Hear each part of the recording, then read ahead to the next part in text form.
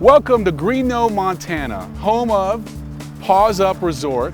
That's right, Paws Up Resort, and the world debut of the third generation 2012 ML SUV. So back in 1998, Mercedes invented the luxury SUV segment.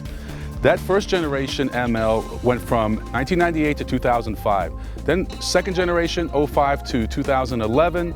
And here we have the third generation. Now this one is more evolutionary than revolutionary, an inch longer, an inch wider, a little bit lower, but a lot more sleek. All ML SUVs come with their 4MATIC all-wheel drive system. Under the hood, you have two options. There's a standard 3.5-liter V6 engine, which is much improved this year, 302 horsepower, 273 torque, getting 22 miles per gallon on the highway and 17 in the city. But the big news, in my opinion, is this diesel engine. You know, for only $1,500, it's only a $1,500 option. If you compare that to what BMW and Audi charge for their diesels, it's much, much less. And it gets 25 miles per gallon on the highway and 20, that's right, 20 in the city. Think about it. And the torque, we're talking about 455 pound-feet of torque. This thing moves. This is the deal. This is the car to get right here. Get the diesel. Mercedes knows that this is an SUV and you use it as such. So standard on all MLs is a power liftgate button. Located right here. Open and close with ease. Really like what they've done here. Very industrial, and you have a lot of dust here, but also a lot of protection. So when you're rolling things in and out, your kids are taking their backpacks and whatnot, you're not gonna mess up the bumper. Again, very intelligent.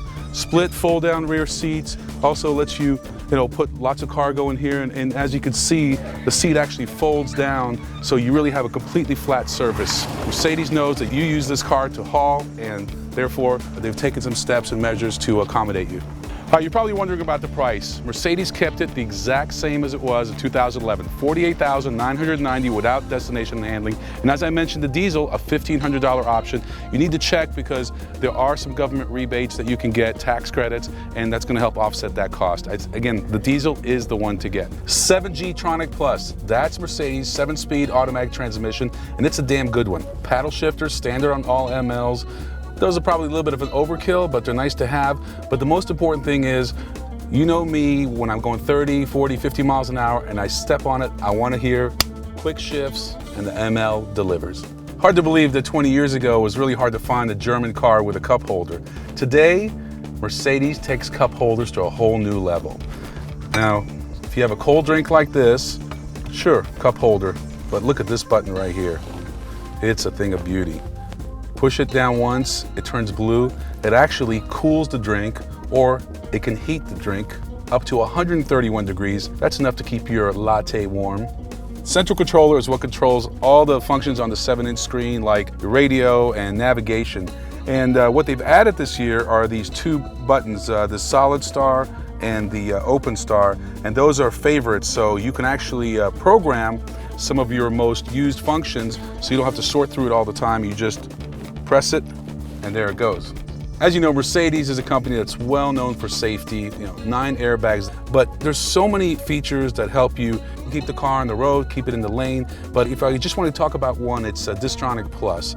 Whether you're using the cruise control or not, it's essentially a braking system. It prevents you from having a rear-end collision. It basically keeps calculating the distance between you and the car in front of you. It's really amazing accident prevention technology.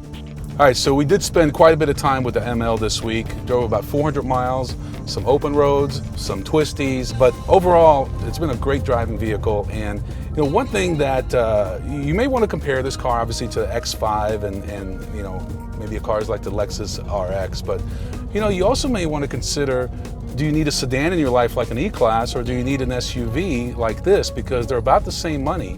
And think about all the added functionality, and with what Mercedes has done to improve the driving of this vehicle, especially if you consider, the original ML, it really does drive a lot like a sedan, more and more. And you're really not giving up any of that, but you're gaining all this utility, again, for about the same amount of money.